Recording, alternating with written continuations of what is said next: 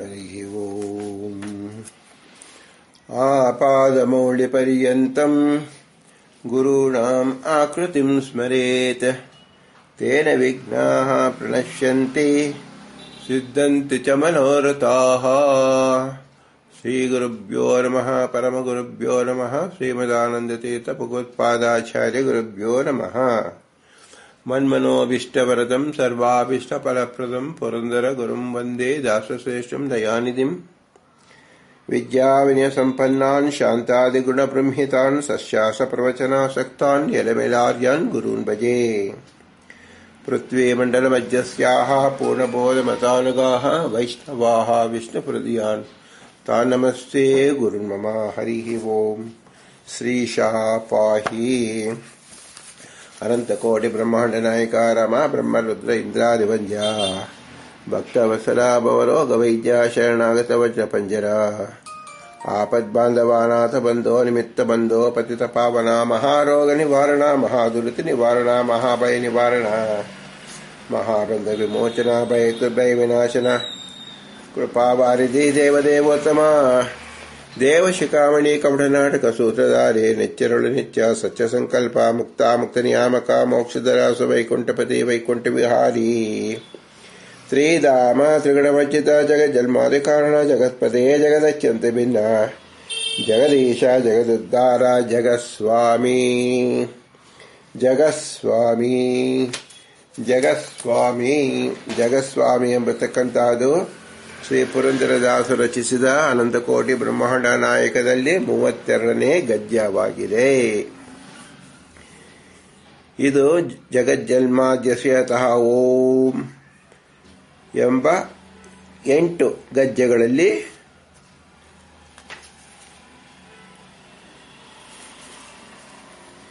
ಆರನೇ ಗದ್ಯವಾಗಿದೆ. 7, 8 ಇನ್ನೆರಡು ಇದೆ, ಆದ್ದರಿಂದ ಇದು 6ನೇ ಗದ್ಯವಾಗಿದೆ. 6ನೇ ಗದ್ಯ ಆಗಿರೋದ್ರಿಂದ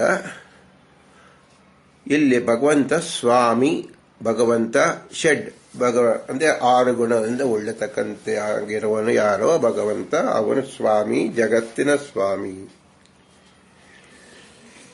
ಈಗ ಜಗಸ್ವಾಮಿ ಯಾರು ಅಂತ ಪ್ರಶ್ನೆ. ಯಾಕೆ ಈ ಪ್ರಶ್ನೆ ನಾವು ಕೇಳ್ಕೊತಾ ಇದ್ದೀವಿ? ಹಿಂದೆ ಈಗ ಇದು 4, ಇದು 6ನೇದು. ಹಿಂದೆ 5ರಲ್ಲಿ ನಾವು ಕೇಳಿದ್ದೀವಿ ವಿಷ್ಣುನೇ ಸ್ವಾಮಿ, ವಿಷ್ಣುವೇ ಜಗದುದ್ಧಾರ, ಎಲ್ಲವೂ ಜಗತ್ತಿಗೆ ಉಪಾದಾನ ಕಾರಣ ಆದವನು, ಜಗತ್ತು ಹೆಸರಾಯ ಉಂಟಾದವನು, ಜಗದುದ್ಧಾರ, ಜಗತ್ಪತೆ ಎಲ್ಲವೂ ಕೇಳಿದ್ದೀವಲ್ಲ. ಮತ್ತೆ ಜಗತ್ಸ್ವಾಮಿ, ಮತ್ತೆ ಶ್ರೀಹರಿ ವಿಷ್ಣು ಎಂಬತಕ್ಕಂಥದ್ದನ್ನೇ ಕೇಳ್ತಾ ಇದೀವಲ್ಲ. ಇದು ಏನಪ್ಪ ಇದು ಅಂತ ಹೇಳಿದ್ರೆ, ಹಿಂದಿನ 5 ವಾಕ್ಯ ಗದ್ಯಗಳಿಂದ ಏನು ದಾಸರು ತಿಳಿಸಿಕೊಟ್ಟಿದ್ದಾರೆ ಅದು ಭಗವಂತನ ವಿಶೇಷ ಲಕ್ಷಣಗಳೇ. ಭಗವಂತನ ಜನ್ಮಾದ್ಯಸ್ಯತ ಓಂ ಎಂಬತಕ್ಕಂಥ ಅಷ್ಟ ಸಂಪತ್ತು, ಅಷ್ಟನಾಮ, ಅಷ್ಟಕ್ರಿಯಾ ಏನಿದೆ, ಇದು ಪ್ರತಿಯೊಂದು ಬೇರೆ ಬೇರೆ ಅಂತ ತಿಳಿಸ್ಕೊಡ್ಬೇಕಾಗಿದೆ. ಮೊದಲು ಹೇಳಿದ್ದು ಶ್ರೀಹರಿ, 2 ಹೇಳಿದ್ದು ಮುನ್ನದು ಎಲ್ಲ 8 ಶ್ರೀಹರಿ ಅಂತ ಹೇಳಿದಾಗ 8 ಕ್ರಿಯೆಯೂ ಒಂದೇ ಆಗುತ್ತೇನು ಅನ್ಪತಕ್ಕಂಥದ್ದು ಸಂಶಯ ಬರ್ಬೋದು. ಆದರೆ ಸೃಷ್ಟಿ ಇದ್ದಂತೆ ಸ್ಥಿತಿಯಲ್ಲ, ಸ್ಥಿತಿ ಇದ್ದಂತೆ ನಿಯಮನವಿಲ್ಲ, ನಿಯಮನಂತೆ ಲಯವಿಲ್ಲ, ಜ್ಞಾನವಿದ್ದಂತೆ ಅಜ್ಞಾನವಿಲ್ಲ, ಬಂಧವಿದ್ದಂತೆ ಮೋಕ್ಷವಿಲ್ಲ. ಎಲ್ಲವೂ ಪ್ರತ್ಯೇಕವಾದುದು. ಈ ಪ್ರತ್ಯೇಕವಾದರೂ ಎಲ್ಲವನ್ನು ನಡೆಸುತ್ತಿರುವನು ಏಕಏವ ಭಗವಂತ. ಆದ್ದರಿಂದ ಇದು ವಿಶೇಷಣ. ವಿಶೇಷಣದಲ್ಲಿ ವಿಶೇಷಣ. ಈಗ ಜಗಸ್ವಾಮಿಯನ್ನು ತಿಳಿರಿ. ಈಗ ಸಾಧಾರಣವಾಗಿ ಸ್ವಾಮಿ ಅಂದರೆ ಏನು? ತನ್ನ ಅಧೀನದಲ್ಲಿ ಇಟ್ಟುಕೊಂಡವ ಅಂತ ಅರ್ಥ. ಸ್ವ ಅಂದರೆ ಸ್ವಾತಂತ್ರ್ಯೇಣ, ಸಹ ಅಂದರೆ ತನ್ನ ಜೊತೆಯಲ್ಲಿ, ಸ್ವ ಸದಾಕಾಲ ತನ್ನ ಜೊತೆಯಲ್ಲಿ ಇಟ್ಕೊಂಡಿರೋದಕ್ಕೆ ಸಾ ದೀರ್ಘ, ವಾ ಎಂಬತಕ್ಕಂಥದ್ದು ವಶದಲ್ಲಿರ್ತಕ್ಕಂಥದ್ದು. ಸ್ವ ಅಂದರೆ ತಾನು ತನ್ನ ವಶದಲ್ಲಿ ದೀರ್ಘವಾಗಿ ಸ್ವ ಇಟ್ಟುಕೊಂಡಿದ್ದು. ಮೀ ಅಂದರೆ ಏನು? ಆ ಗುಣವನ್ನು ಪ್ರದರ್ಶನ ಮಾಡ್ತಕ್ಕಂಥವನು. ಸ್ವಾಮಿ ಎಂಬತಕ್ಕಂಥ ಶಬ್ದದಿಂದಲೂ ಏನು ತಿಳಿಯಬಹುದು? ಸಮಸ್ತ ಜೀವರನ್ನು, ಸಮಸ್ತ ಜಡವನ್ನು ತನ್ನ ಅಧೀನದಲ್ಲಿ ಇಟ್ಟುಕೊಂಡವನು ಯಾರೋ ಅವನಿಗೆ ಸ್ವಾಮಿ ಎಂದು ಹೆಸರು. ತಾನು ತನ್ನ ಅಧೀನದಲ್ಲಿ ಇದ್ದಾನೆ. ಅದೇನು ದೋಷವೇನು? ಅಲ್ಲ. ನಾವು ನಮ್ಮ ಅಧೀನದಲ್ಲಿದ್ದೇವೆ ಅನ್ನೋದು ದೋಷವಿಲ್ಲ. ನಾವು ಪರರ ಅಧೀನದಲ್ಲಿದ್ದೇವೆ ಅನ್ನೋದು ದೋಷ. ಭಗವಂತ ತನ್ನ ಅಧೀನದಲ್ಲಿ ತನ್ನಿದ್ದಾನೆ. ಸ್ವಯಂಭುವ, ತನ್ನನ್ನು ತಾನು ಹೊತ್ತುಕೊಂಡಿದ್ದಾನೆ. ಅದರಲ್ಲಿ ಏನು ತಪ್ಪಿದೆ? ಆದ್ದರಿಂದ ಸ್ವಾಮಿ ಅನ್ನೋದು ಸ್ವಪರಗತ ಸರ್ವಾರ್ಥ ವಿಷಯಕಂ ಜ್ಞಾನಂ ಈಶ್ವರ ಜ್ಞಾನಂ ಅಂತ ಹೇಳಿ ಈಶ್ವರ ಜ್ಞಾನ ಹೇಳೋದಂತೆ ಇಲ್ಲಿ ಸಾ ಮತ್ತು ತನ್ನನ್ನೂ ಸೇರಿಸಿಕೊಂಡು ತಾನು ತನ್ನ ಅಧೀನದಲ್ಲಿದ್ದಾರೆ, ಇತವು ಎಲ್ಲವೂ ತನ್ನ ಅಧೀನದಲ್ಲಿ ಇದೆ ಎಂದು ತಿಳಿದುಕೊಳ್ಳೋದಕ್ಕೆ ಶಬ್ದ ಉಪಯೋಗಿಸಿರುವುದೇನು? ಸ್ವಾಮಿ. ನೋಡಿ, ಇದು ಹಿಂದೆ ಸಿಕ್ಕಿಲ್ಲ ನಮಗೆ ಈ ಶಬ್ದ. ಜಗತ್ ಶಬ್ದ ಸಿಕ್ತು, ಆದರೆ ಯಾರ ಅಧೀನ ಎಂಬತಕ್ಕಂಥದ್ದನ್ನ ಪ್ರತ್ಯೇಕವಾಗಿ ಹೇಳಬೇಕಾಗಿತ್ತು. ಇಲ್ಲಿ ಜಗತ್ ಸ್ವಾಮಿ ಅಂತ ಹೇಳೋದ್ರಿಂದ ಸ್ವತಂತ್ರನಾದ ಭಗವಂತ ಎಂಬತಕ್ಕಂಥ ವಿಶೇಷಣವನ್ನು ಹೇಳಿದಂತೆ ಆಯಿತು. ಜಗತ್ತಂದ್ರೆ ಏನು? ಪ್ರಕೃತಿ ಪಂಚಭೂತಗಳ ಮಿಶ್ರಣ.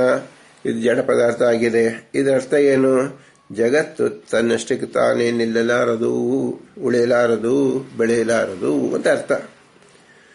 ಈಗ ನೋಡಿ, ಒಂದು ಮಗುವನ್ನು ತಾಯಿ ಎತ್ತಿ ಪಾಲನೆ ಪೋಷಣೆ ಮಾಡುವಂತೆ, ತಂದೆಯ ಮಗುವಿನ ಕೈ ಹಿಡಿದು ನಡೆಸುವಂತೆ, ಅಂಗವಿಕಲನನ್ನು ಎತ್ತಿ ನಡೆಸುವಂತೆ, ತಾಯಿ ತನ್ನ ಮಡಿಲಲ್ಲಿ ಎತ್ತಿಕೊಂಡಂತೆ, ಒಂದು ಬೆಕ್ಕು ತನ್ನ ಮರಿಯನ್ನು ಕಚ್ಚಿ ಹಿಡಿಯುವಂತೆ, ಕೋತಿ ಮರಿ ತನ್ನ ಹೊಟ್ಟೆಯಲ್ಲಿ ಆಶೀಯ ಕೊಡುವಂತೆ ಭಗವಂತ 3 ವಿಧ ಜೀವರನ್ನು ತಾನೇ ರಕ್ಷಿಸುತ್ತಿದ್ದಾನೆ.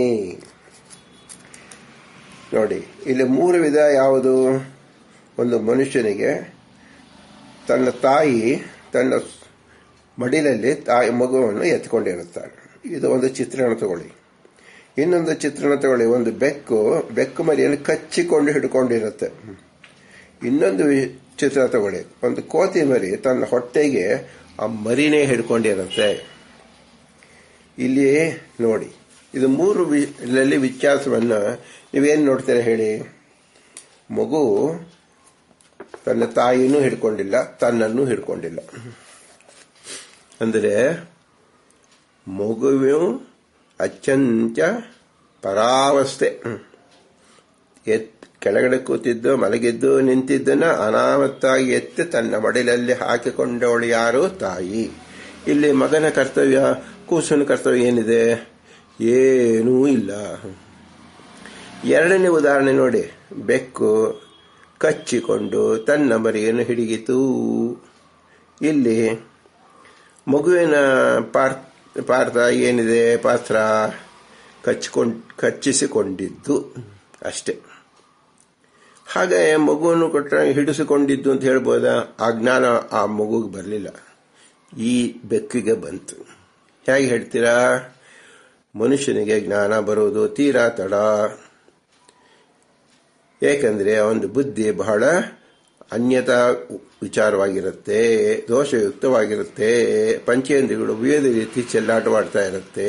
ಆದ್ದರಿಂದ ತನ್ನ ಸ್ಥಿತಿಯನ್ನು ಅವನು ತಕ್ಷಣದಲ್ಲಿ ಅನುಭವಿಸಲಾರ, ತಿಳಿದುಕೊಳ್ಳಲಾರ. ಆದರೆ ಬೆಕ್ಕು ತಿಳ್ಕೊಳ್ತು, ಹೌದು ತನ್ನ ತಾಯಿ ರಕ್ಷಣೆ ಇದ್ದೀನಿ, ನಾನು ಸುರಕ್ಷಿತವಾಗಿರ್ತೀನಿ ಅಂತ ಹೇಳಿ ಅದಕ್ಕೆ ಖಾತ್ರಿ ಆಯಿತು, ನಿಲ್ತು. ಇನ್ನೊಂದು ಉದಾಹರಣೆ ನೋಡಿ, ಕೋತಿ ಸುಮ್ಮನೆ ಇತ್ತು, ಮಗುವೆ ಬಂದು ಕೋತಿಯ ಮರಿ ತನ್ನ ತಾಯಿಯ ಹೊಟ್ಟೆಯನ್ನು 4 ಕೈಯಿಂದ ತಬ್ಬಿಕೊಂಡು ನಿಂತಿತು. ಹೇಗೆ ನಿಂತಿತು? ಒಂದು ಮರದಿಂದ ಇನ್ನೊಂದು ಮರಕ್ಕೆ ಜಿಗಿದರೂ ಇದ್ರ ಕಣ್ಣು ಹಿಂದೆ ಇರುತ್ತೆ, ನೋಡ್ತಾ ಇರಲ್ಲ. ಅದು ಸುರಕ್ಷಿತವಾಗಿರುತ್ತೆ. ತನ್ನ ತಾಯಿ ತನ್ನನ್ನು ರಕ್ಷಿಸುತ್ತಾಳೆ. ನೋಡಿ ಎಂತಹ ಅನುಭವ ಕೋತಿಯ ಮರಿಗೆ. ಆ ಒಂದು ನಿರ್ಧಾರ, ನನ್ನನ್ನು ರಕ್ಷಣೆ ಮಾಡೋಕ್ಕೆ ಈ ತಾಯಿ ಇದ್ದಾಳೆ ಎಂಬತಕ್ಕಂಥ ನಿರ್ಧಾರ ಈ ಕೂಸಿಗೆ ಎಲ್ರಿ ಬಂತು. ಇನ್ನೊಂದು ಕೂಸು ಕರೆದ್ರೆ ಇನ್ನೊಂದು ಕೂಸಿಗೆ ಏನಾದರೂ ಒಂದು ಪದಾರ್ಥ ತೋರಿಸಿದ್ರೆ ಅಲ್ಲಿ ಹೋಗುತ್ತೆ. ಹಾಗೆ ಈ ಮರಿ ಹೋಗುತ್ತೇನು? ಬೆಕ್ಕು ಹೋಗುತ್ತೇನು? ಇದು ಯಾಕೆ ಇದು 3 ಉದಾಹರಣೆಯನ್ನು ಇಲ್ಲಿ ನೋಡಬೇಕಂದ್ರೆ, ತ್ರಿವಿಧ ಜೀವರು, ಅದರಂತೆ ರಾಜರುಗಳು, ಚಕ್ರವರ್ತಿಗಳು ಬಹುಸಂಖ್ಯೆಯ ಜೀವರನ್ನು ನಿಯಂತ್ರಿಸುತ್ತಾರೆ. ರಾಜಭಟರು ಕಳ್ಳರನ್ನು ಬಂಧಿಸಿ ಕಾರಾಗೃಹಗಳಲ್ಲಿ ರಕ್ಷಿಸುತ್ತಾರೆ. ಕೈದಿಗಳನ್ನು ನೋಡಿಕೊಳ್ಳುವ ಅಧಿಕಾರಿಗಳಂತೆ ಇಡೀ ಜೀವ ಸಮುದಾಯವನ್ನು ಭಗವಂತ ನಿಯಂತ್ರಿಸುತ್ತಿದ್ದಾನೆ. ಈಗ ವಿಶ್ವದಕ್ಕೆ ಒಬ್ಬ ಚಕ್ರವರ್ತಿ ಇದ್ದರೆ ಅವನ ಕೈ ಕೆಳಗೆ 100 ರಾಜರುಗಳು ಇರ್ತಾರೆ. ಆ ಒಬ್ಬ ರಾಜನ ಕೆಳಗೆ ಅಮಾತ್ಯರು, ಮಂತ್ರಿಗಳು 106 ಜನ ಇರ್ತಾರೆ. ರಾಜಭಟರು 1000 ಜನರು ಇರ್ತಾರೆ. ಆ ರಾಜಭಟರು ಕಳ್ಳನನ್ನು, ಯಾವಾಗ ಕಳ್ಳತನ ಮಾಡಿದ್ದನ್ನು ಅವನಿಗೆ ಎಳ್ಕೊಂಡು ಬಂದು ಕಾರಾಗೃಹಕ್ಕೆ ಹಾಕಿ ಅಲ್ಲಿ ನೋಡ್ಕೋತಾರೆ. ಅಂದರೆ ಇಲ್ಲಿ ನೋಡಿ, ಚಕ್ರವರ್ತಿ ನೋಡುವ ಬಗೆ ಹೇಗೆ, ರಾಜರು ತನ್ನ ಮಂತ್ರಿಗಳನ್ನು, ಅಮಾತ್ಯರನ್ನು ನೋಡುವ ಬಗೆ ಹೇಗೆ, ರಾಜಭಟರನ್ನು ನೋಡುವ ಬಗೆ ಹೇಗೆ, ಮತ್ತು ರಾಜಭಟರು ಕಾರಾಗೃಹದಲ್ಲಿರುವ ಕೈದಿಗಳನ್ನು ನೋಡುವ ಬಗೆ ಹೇಗೆ. ಇದು ಯಾರಿಗೆ ಅನ್ವಯಿಸುವುದು? ಮನುಷ್ಯರಿಗೆ ಅನ್ವಯಿಸುವುದು. ಮನುಷ್ಯರಲ್ಲೂ 3 ವಿಧ ಇದೆ, ಪಶುಗಳಲ್ಲೂ 3 ವಿಧ ಇದೆ, ಸಸ್ಯಗಳಲ್ಲೂ 3 ವಿಧ ಇದೆ ಅನ್ನೋದನ್ನು ಇಲ್ಲಿ ನಾವು ತಿಳ್ಕೊಳ್ಬೇಕು. ಮೇಲೆ ತಿಳಿಸಿದ ಉದಾಹರಣೆಗಳು ಒಬ್ಬ ಜೀವ ಇನ್ನೊಂದು ಜೀವರನ್ನು ನಿಯಂತ್ರಿಸುವಂತೆ ತೋರುತ್ತದೆ. ಆದರೆ ಭಗವಂತ ಜೀವನಲ್ಲ, ಅವ ಪರಮಚೇತನ, ಸ್ವತಂತ್ರ. ಪಾರತಂತ್ರಗಳಾದ ಜೀವರುಗಳು ಈಶಾಧೀನವಾಗದೇ ಇರಲಾರರು. ಸದಾ ಭಗವಂತನ ಅಧೀನದಲ್ಲೇ ಇರಬೇಕಾಗುವುದು. ಇದನ್ನು ತಿಳಿಸಲು ಜಗಸ್ವಾಮಿ ಅಂತ ಹೇಳಿದ್ದಾರೆ. ಜಗತ್ತೆಂಬುದು ಕೇವಲ ಜೀವ ಮತ್ತು ಜಡಗಳ ಸಮುದಾಯವಾಗಿದೆ. ಚೇತನ ಚೇತನವೆಂಬ ವಿಷ್ಣು ಸಹಸ್ರನಾಮದಲ್ಲಿ ಜಗದ್ವಶ್ಯತೆ ವರ್ತತೆ ಇದಂ ಕ್ರಿಯತೆ ಚರಾಚರಂ ಎಂದು 134ನೇ ಶ್ಲೋಕದಲ್ಲೂ ಕೂಡ ಹೇಳಲ್ಪಟ್ಟಿದೆ. ಇದು ವಿಷ್ಣು ಸಹಸ್ರನಾಮದಲ್ಲಿ ಹೇಳಿದ ವಾಕ್ಯ. ಇನ್ನು ಶ್ರೀಮದಾಚಾರ್ಯರ ವ್ಯಾಖ್ಯಾನದಲ್ಲಿ ಇನ್ನೂ ವಿಶೇಷವಾದ ಉತ್ತರವನ್ನು ಕೊಡ್ತಾ ಇದ್ದಾರೆ. ಈಗ ನೀವು ಜಗಸ್ವಾಮಿ ಅಂತ ಹೇಳಿದ್ರಿ, ಅದು ಭಗವಂತನಾಗಬೇಕು ಸರಿ. ಭಗವಂತ ಎಂಬತಕ್ಕಂಥವನು ಬ್ರಹ್ಮನಲ್ಲವೇನು, ರುದ್ರನಲ್ಲವೇನು, ಅಥವಾ ಬೇರೆ ಗಣಪತಿ ಅಲ್ಲವೇನು, ಯಾವುದಾದ್ರೂ ಇರಬಹುದಲ್ಲ. ಯಾಕೆ ನೀವು ಈಶ್ವರನ್ ಹರಿಯನ್ನೇ ಹೇಳ್ತೀರಾ ಅಂತ ನಮಗೆ ಸಂಶಯ ಬರುತ್ತೆ. ಆ ಸಂಶಯಕ್ಕೆ ನಾವು ಯಾರನ್ನ ಹೋಗಿ ಕೇಳಬೇಕು? ನಮ್ಮನೆ ಪಕ್ಕದ ಮನೆ ಹೋಗಿ ಕೇಳಿದ್ರೆ ಅವ್ರಿಗೆ ಏನು ಗೊತ್ತಿರುತ್ತೆ? ನಮ್ಮ ಮೇಲ್ಗಡೆ ಮನೆಯನ್ನು ಹೋಗಿ ಕೇಳಿದ್ರೆ ಏನು ಗೊತ್ತಿರುತ್ತೆ? ಅವರಿಗೆ ಏನೂ ಅರಿವಾಗೋದಿಲ್ಲ. ಯಾಕಂದರೆ ಅವರು ವಿಚಾರವನ್ನೇ ಮಾಡಿರೋದಿಲ್ಲ. ಹಾಗಾದರೆ ವಿಚಾರ ಮಾಡಿರ್ತಕ್ಕಂಥವ್ರು ಯಾರು? ಆಚಾರ್ಯ ಪುಣ್ಯಪುರುಷರು, ಯತಿಗಳು. ಸೊ ಅವರು ಯಾವ ಥರ ವಿಚಾರ ಮಾಡಿರ್ತಾರೆ? ಅವರು ಇದು ನಮ್ಮ ವಿಚಾರ ಅಲ್ಲಪ್ಪ, ಇದು ವೇದೋಕ್ತವಾದದ್ದು. ವೇದದಲ್ಲಿ ಏನು ಹೇಳಿದೆ ಅದನ್ನು ನಾವು ತಿಳ್ಕೊಂಡು ನಾವು ಅನುಷ್ಠಾನದಾನ ಮಾಡಬೇಕೇ ಹೊರತು ನಮ್ಮ ಮನಸ್ಸಿಗೆ ಬಂದಿದ್ದು ನಾವು ಹೇಳುವಂತಿಲ್ಲ. ಏಕೆ? ಯಥಾರ್ಥಂ ಪ್ರಾಮಾಣ್ಯಂ ನ ಫಲವತ್ವಂ. ಅಂದರೆ ಪ್ರಮಾಣವಾದದ್ದು ಯಾವುದು ಫಲವನ್ನು ಕೊಡುತ್ತೋ ಅದು ಪ್ರಮಾಣ ಅಲ್ಲ. ಶಾಸ್ತ್ರ ಹೇಳಿರ್ತಕ್ಕಂಥದ್ದು ಯಥಾವಶ್ಯದ ಜ್ಞೇಯ ವಿಷಯಕಾರಿತ್ವ, ಅದು ಪ್ರಮಾಣವೇ ಹೊರತು ಈ ತತ್ಕಾಲದಲ್ಲಿ ಏನೊಂದು ಫಲ ಬಂತು ಅದು ಪ್ರಮಾಣ ಅಂತ ಹೇಳಿದ್ರೆ ತಪ್ಪಾಗತ್ತೆ. ಆದ್ದರಿಂದ ಯಥಾರ್ಥಕ್ಕೆ ವಿಷಯ ವಿಶೇಷ ಅವಧಾರಣ ಉಪಾಯತ್ವೇನ ಫಲಸ್ಯ ಅನುಸಾರಣಾತಿರಬೇಕು. ಫಲವಿರೋಧಿನಿ ವಿಷಯ ವಾಕ್ಯಾನಂ ಯಥಾತಥ್ಯಸ್ಯ ನಿಶ್ಚಿತತ್ವಾತ್ ವಕ್ಷ್ಯತೆ ಏತತ್ ಪ್ರಯೋಜನಂ. ಈಗ ಮೋಕ್ಷವನ್ನು ಕೊಡಬೇಕು, ಮೋಕ್ಷವನ್ನು ನಮಗೆ ಪ್ರಯೋಜನ. ಮೋಕ್ಷವನ್ನು ಕೊಡೋನು ಭಗವಂತ, ಅವನ ಹರಿ, ಅವನೇ ಜಗತ್ ಸ್ವಾಮಿ ಅಂತ ಹೇಳಿ ಅಂತ ಹಿಂದೆ ಹೇಳಿದ್ದಾರೆ. ಆದರೆ ಮೋಕ್ಷವನ್ನು ಕೊಡ್ತಕ್ಕಂಥವನಿಗೆ ಯಾರು ಅನ್ನೋದನ್ನು ಯಾವುದರಿಂದ ತಿಳ್ಕೊಳ್ಬೇಕು? ಅಪೌರುಷೀಯವಾದ ವೇದದಿಂದ ತಿಳಿಯಬೇಕು. ಹಾಗಾದರೆ ಪುರುಷ ಏನು ಮಾಡ್ತಾ ಇದ್ದಾನೆ? ಅವನು ಕಾರ್ಯ ಮಾಡ್ತಕ್ಕಂಥದ್ದಲ್ಲ. ಪರಮ ಪುರುಷ ಭಗವಂತ ಏನು ಮಾಡ್ತಾ ಇದ್ದಾನಂದ್ರೆ ಪರಪ್ರಯೋಜನೇನ ಪ್ರಯುಕ್ತನಾಗಿದ್ದಾನೆ. ಅವನಿಗೇನು ಪ್ರಯೋಜನವಿಲ್ಲ, ಬೇರೆ ನಮಗೋಸ್ಕರವಾಗಿ ಕ್ರಿಯಾಶೀಲನಾಗಿದ್ದಾನೆ. ಇದು ಮುಖ್ಯ ಗುರಿ. ಈಗ ಇದನ್ನ ನಾವು ರುದ್ರದೇವರಲ್ಲಿ ಬ್ರಹ್ಮದೇವರಲ್ಲಿ ಕೇಳಿದ್ರೆ, ನೀವು ಉಪಕಾರಿಗಳಾಗಿರುವುದು ನಿಮಗೇನಾದ್ರು ಪ್ರಯೋಜನವಿದೆಯಾ ಅಥವಾ ನಮಗೋಸ್ಕರ ಮಾಡ್ತಾ ಇದ್ದೀರಾ ಅಂತ ಕೇಳಿದ್ರೆ, ಆಗ ರುದ್ರದೇವರು ಬ್ರಹ್ಮದೇವರು ಏನು ಹೇಳ್ತಾರೆ, ಇಲ್ಲಪ್ಪ, ಇದು ನನಗೋಸ್ಕರವಾಗಿ ನಾನು ಸಾಧನೆ ಮಾಡ್ಕೋತಾ ಇದ್ದೀನಿ, ನನ್ನ ಸಾಧನೆ ಇದು, ನನ್ನ ಹಿತನುಡಿಗಳು ನಿಮಗೆ ಸಹಾಯಕವಾಗಬಹುದೇ ಹೊರತು ನನ್ನ ಸಾಧನೆ ನಿಮ್ಮ ಸಾಧನೆ ಆಗೋದಿಲ್ಲ.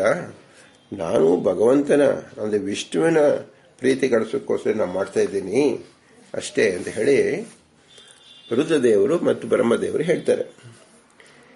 ಆದರೆ ಈ ಪುರಾಣಾದಿ ಮಾನತ್ವ ವಿರುದ್ಧಾರ್ಥಂ ಶ್ರುತೇ ಭವತ್. ಕೆಲವು ಪುರಾಣಗಳು ವೇದದಲ್ಲಿ ವಿರುದ್ಧವಾಗಿ ಹೇಳಿದ್ದಲ್ರಿ. ಶಿವಪುರಾಣ, ಬ್ರಹ್ಮ ವಿವರ್ತ ಪುರಾಣ, ಲಿಂಗ ಪುರಾಣ ಇತ್ಯಾದಿ ಪುರಾಣಗಳಲ್ಲಿ ರುದ್ರದೇವರನ್ನು 21 ಕಡೆ ಲಿಂಗ ಇದೆ, ಅಷ್ಟಮಹಾಮೂರ್ತಿಗಳಿದೆ. ರುದ್ರದೇವರೇ ಅವರ ಕಣ್ಣು ಬಿಟ್ಟಿದ್ದೆ, ಅದು ಶಕ್ತಿ ರೂಪವಾಗಿರ್ತಕ್ಕಂಥ ಅದು ಪಾರ್ವತಿಯೇ ಎಲ್ಲವೂ ಮಾಡ್ತಾ ಇದ್ದಾಳೆ, ಶಕ್ತಿ ರೂಪವಾಗಿದ್ದೆ ಅಂತ ಹೇಳಿ ಅನೇಕ ವಿಸ್ತಾರವಾಗಿ ಹೇಳ್ತಾ ಇದ್ದಾರಲ್ಲ. ಪುರಾಣಗಳೇ ಹೇಳ್ತಾ ಇರುವಾಗ ನೀವು ಯಾಕೆ ವಿಷ್ಣು ಅಂತ ಹೇಳ್ತೀರಾ? ಬ್ರಹ್ಮದೇವರೇ, ಚತುರ್ಮುಖ ಬ್ರಹ್ಮರೇ, ಅವರೇ ಶ್ರೇಷ್ಠವಾದ ಗುರು. ಏಕೆಂದರೆ ರುದ್ರದೇವರಿಗೂ ತಂದೆಯಾಗಿರೋರು, ಅವರೇ ಸೃಷ್ಟಿಕರ್ತ.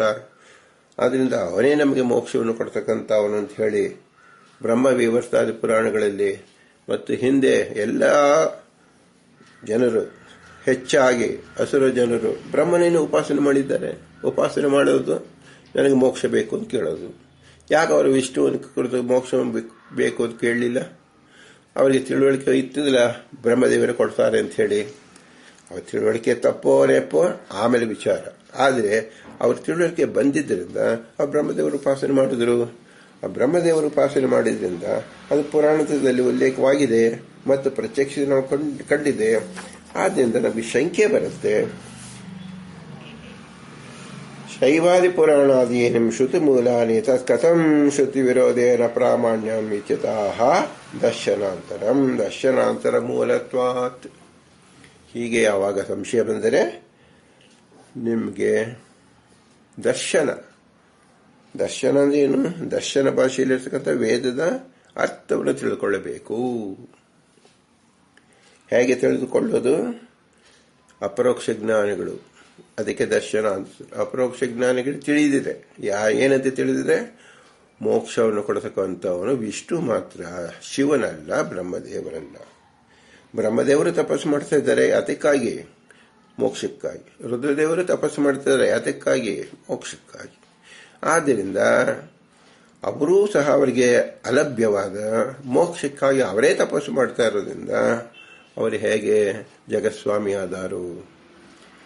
ಹಾಗಾದ್ರೆ ಮಾಡ್ತಾ ಇದ್ದಾರಲ್ಲ, ಹೇಳ್ತಾ ಇದ್ದಾರಲ್ಲ ಶೈವ ಪುರಾಣಗಳಲ್ಲಿ ಅಂತ ಹೇಳಿದ್ರೆ ಅದನ್ನು ಆಚಾರ್ಯ ಹೇಳ್ತಾರೆ, ಮೋಹಾರ್ಥಂ ಚ ಆಗ್ನೇಯ ಹರೇಹೇ.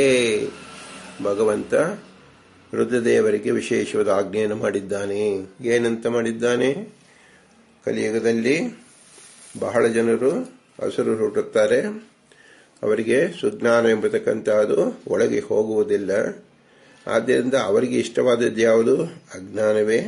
ಅದಕ್ಕೆ ಮೋಹಾರ್ಥಕವಾಗಿ ಹೇಳಿದರೆ ಅವರು ಕೇಳ್ತಾರೆ ಹೊರತು ಸರಿಯಾದ ಪದಾರ್ಥವನ್ನು ತೋರಿಸಿದರೆ ಅವರಿಗೆ ರುಚಿಯೇ ಹತ್ತೋದಿಲ್ಲ. ಉದಾಹರಣೆಗೆ ಅಪರಂಜಿಯಾಗಿರುತ್ತೆ ಚಿನ್ನವನ್ನು ನೋಡಿದರೆ ಜನರು ಕೇಳ್ತಾ ಇದೇನು ಹಿತ್ತಾಳಿಗೇನು ಅಥವಾ ಪಾಲಿಶ್ ಏನು ಅಂತ. ಏಕೆಂದರೆ ಅವರು ಮುಳುಗಿರೋದೇ ಹಿತ್ತಾಳೆಯಲ್ಲಿ ಮತ್ತು ಪಾಲಿಶ್ ಪದಾರ್ಥಗಳಲ್ಲಿ. ಅವರಿಗೆ ಅಪರಂಜಿ ಪರಿಚಯ ಆಗಿರೋದಿಲ್ಲ. ಅಪರಂಜಿಯಲ್ಲೇ ಮುಳುಗಿದ್ದವರಿಗೆ ಅವ್ರು ನೋಡಿದ ಕೂಡಲೇ ಇದು ಅಪರಂಜಿ ಚಿನ್ನ ಅದೇ ತಿಳಿಯುತ್ತೆ. ಹಾಗೆ ಯಾರು ಹಿತ್ತಾಳೆಯಲ್ಲಿ ಇರತಕ್ಕಂಥ ಜನರು ಒಬ್ಬರು, ಪಾಲಿಶ್ ಆಗಿರತಕ್ಕಂಥ ಜನರು ಇನ್ನೊಬ್ಬರು, ಶುದ್ಧ ಅಪರಂಜಿ ಆಗಿರ್ತಕ್ಕಂಥವರು ಒಬ್ಬರು. ಇವರಿಗೆ ಹೇಳಬೇಕಾದಾಗ ಏನು ಮಾಡಬೇಕಾಗಿತ್ತು?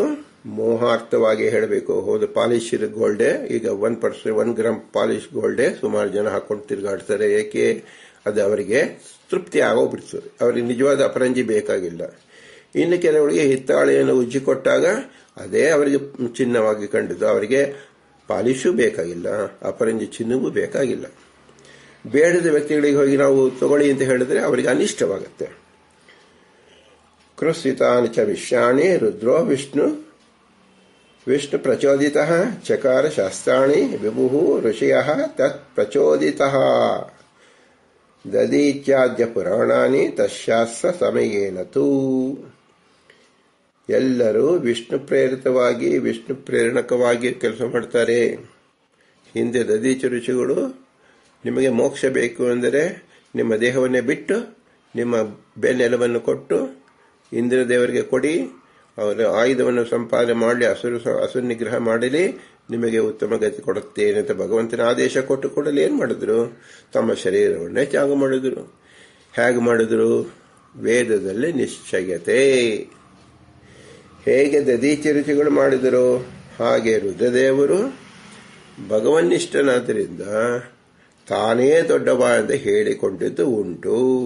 ಯಾತಕ್ಕೋಸ್ಕರವಾಗಿ? ಅಸುರ ಮೋಹನಾರ್ಥವಾಗಿ. ಅದನ್ನ ಮೋಹಾರ್ಥಂ ಚ ಆಗ್ನಯ ತಶಾಸ್ತ್ರ ಸಮಯೇನ ಇತ್ಯಚಕ್ರುಹು. ಅದಕ್ಕೆ ಸಮವಾಗಿ ಸಮಯ ಅಂದರೆ ಶಾಸ್ತ್ರವನ್ನು ರಚನೆ ಮಾಡು. ನ ಸರ್ವನಾಮ ಅನ್ಯೇಷಂ ಶ್ರುತೌ ಉಕ್ತಂ ಹಿ ಕುತ್ರಚಿತ್. ಯಾವ ಶ್ರುತಿಯಲ್ಲೂ ಸಹ ಎಲ್ಲ ನಾಮವೂ ಭಗವಂತನನ್ನೇ ಹೇಳುತ್ತೆ ಹೊರತು ಬೇರೆ ಯಾವುದನ್ನು ಹೇಳಲ್ಲ. ಪದ್ಮಪುರಾಣಾದೌ ವಿಷ್ಣುನಾಮಾನಿ ಶಿವೇ ಪ್ರತೀಯಂತ ಇತಿ ಯೋ ದೇವಾನಾಮಿತಿ ಶ್ರುತೌ. ಶ್ರುತಿವಿರುದ್ಧಸ್ಯ ಪುರಾಣಾದೇಹೇ ಆದರಣಾದಿತ ಅಭಿಪ್ರಾಯೇಣ ಶ್ರುತೌ ಇತ್ಯುಕ್ತಂ. ಶ್ರುತಿಯಲ್ಲಿ ಹೇಳಿರೋದ್ರಿಂದ ಪುರಾಣಗಳಿಗೆ ಕದಾಚಿತ್ ಬೇರೆ ಬೇರೆ ಹೆಸರು ಹೇಳಿದರು. ಎಲ್ಲ ಹೆಸರುಗಳು ಕೇವಲ ಭಗವಂತನನ್ನೇ ಹೇಳುತ್ತೆ ಅಂತ ತಿಳ್ಕೊಳ್ಬೇಕು. ಯಾಕೆ ಹೇಳುತ್ತೆ ಅಂದ್ರೆ ಜಗತ್ಕಾರಣೇನ ಅಜ್ಞಾನಾದಿ ದೋಷರಹಿತತ್ವೇನ ಭವಿತವ್ಯಂ. ದೋಷಿಣಃ ಅಸ್ಮದಾದಿ ಜಗತ್ಕಾರಣತ್ವಾದ ಅನುಪಪತ್ತೇಹೇ.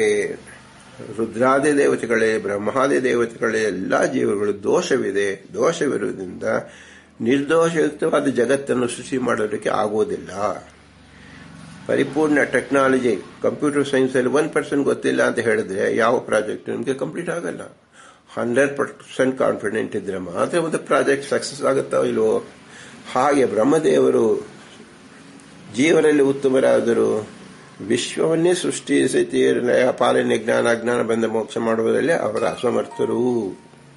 ಏಕೆಂದರೆ ಅವರು ಜೀವರಲ್ಲಿ ಉತ್ತಮರು ಹೊರತು ಸರ್ವರಲ್ಲಿ ಉತ್ತಮರಲ್ಲ. ಅವರಿಗೂ ಉತ್ತಮ ಭಗವಂತ.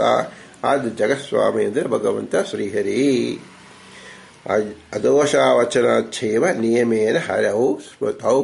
ಆದ್ದರಿಂದ ಈ ಎಲ್ಲ ವೇದದಲ್ಲೂ ದೋಷವನ್ನು ಹೇಳುವ ರುದ್ರಾದಿ ದೇವತೆಗಳಲ್ಲಿ ಎಂದೂ ಅವರು ಸ್ವಾಮಿಗಳಾಗಲ್ಲ. ದೋಷವನ್ನೇ ಹೇಳದ ಶ್ರೀಹರಿ ಜಗಸ್ವಾಮಿ ಎನಿಸುವನು ಎಂಬುದು ಶ್ರುತಿ ಪ್ರಸಿದ್ಧ. ಯಾವ ರೀತಿಯ ದೋಷ ಬರುತ್ತಪ್ಪ ನಮಗೆ ಅಂದ್ರೆ ಬ್ರಹ್ಮದೇವರು ಹಿಡ್ಕೊಂಡು ನಮಗೂ ಯಾವ ದೋಷ ಇದೆ ಅಂದ್ರೆ ಅಜ್ಞಾನಂ ಪಾರತಂತ್ರಂ ಚ ಪ್ರಳಯೇ ಅಭಾವಯೇವ ಚ ಅಶಕ್ತಿಶ್ಚ ಅಶಕ್ತೋದಿತೌ ಅನ್ಯೇಷಂ ಸರ್ವೇಷಾಮಪಿ ಚ ಶ್ರುತೌ. ವೇದದಲ್ಲಿ ಜೀವನ ಕುರಿತು ಏನು ಹೇಳಿದ್ದಾರೆ? ಅಲ್ಪತ್ವ ಅಜ್ಞಾತ್ವ ಅಂತ ಹೇಳಿದ್ದಾರೆ. ಭಗವಂತನ ಕುರಿತು ಏನು ಹೇಳಿದ್ದಾರೆ? ಪೂರ್ಣತ್ವ ದೋಷ ದೂರತ್ವ ಅಂತ ಹೇಳಿದ್ದಾರೆ. ಆದ್ದರಿಂದ ಇದೆಲ್ಲವನ್ನು ಕ್ರೋಢೀಕರಿಸಿಕೊಂಡು ಜನ್ಮಾದ್ಯಸತಃ ಅಂತ ಹೇಳುವಾಗ ಜನ್ಮಾದ್ಯಸೇತೇನ ಏತದ್ ವಿಷ್ಣೋರೇವ ಸ್ವಲಕ್ಷಣಂ. ವಿಷ್ಣುವಿನ ಸ್ವಲಕ್ಷಣ ಸ್ವ ಎಂಬತಕ್ಕಂಥದ್ದು ಸ್ವಾಮಿ. ಅದನ್ನು ವಿಷ್ಣು ಎಂಬ ಶಬ್ದಕ್ಕೆ ಜಗತ್ ಅಂತ ಹೇಳಿ ಪುರಂದರದಾಸರು ಜಗಸ್ವಾಮಿ ಅಂತ ಹೇಳಿಬಿಟ್ಟಿದ್ದಾರೆ. ನೋಡಿ, ಎಲ್ಲ ಶಾಸ್ತ್ರದ ಸಮನ್ವಯ ಮಾಡಿ ಜಗಸ್ವಾಮಿ ಎಂಬುದರಲ್ಲಿ ಪುರಂದರದಾಸರು ನಮಗೆ ಅಮೋಘವಾದ ಶಾಸ್ತ್ರ ಪ್ರಪಂಚವನ್ನು, ವೇದ ಪ್ರಪಂಚವನ್ನು, ಇತಿಹಾಸ ಪುರಾಣ ಪ್ರಪಂಚವನ್ನು ತೆಗೆದು ತೋರಿಸಿದ್ದಾರೆ. ಆದ್ದರಿಂದ ಭೂಯಿಷ್ಟಾಂತೇ ನಮ್ಮ ಉಕ್ತಿಂಬಿದೇಮ ಎಂದು ಹೇಳಿ ಪುರಂದರದಾಸರ ಚರಣಾರವಿಂದಕ್ಕೆ ಪುನಃ ನಮಸ್ಕರಿಸಿ ಅವರ ಅಂತರ್ಯಾಮಿ ಪುರಂದರ ವಿಠಲ ನಮ್ಮೆಲ್ಲರನ್ನು ಸಲಹಲಿ ಎಂಬ ಪ್ರಾರ್ಥನೆಯೊಂದಿಗೆ ವಿರಮಿಸೋಣ. ಭಾರತೀಯ ರಮಣ ಮುಖ್ಯ ಪ್ರಾಣಾಂತರ್ಗತ ಶ್ರೀಕೃಷ್ಣಾರ್ಪಣಮಸ್ತು. ಹರಿ ಓಂ, ಹರಿ ಓಂ, ಹರಿ ಓಂ, ಹರಿ ಓಂ, ಹರಿ ಓಂ, ಹರಿ ಓಂ.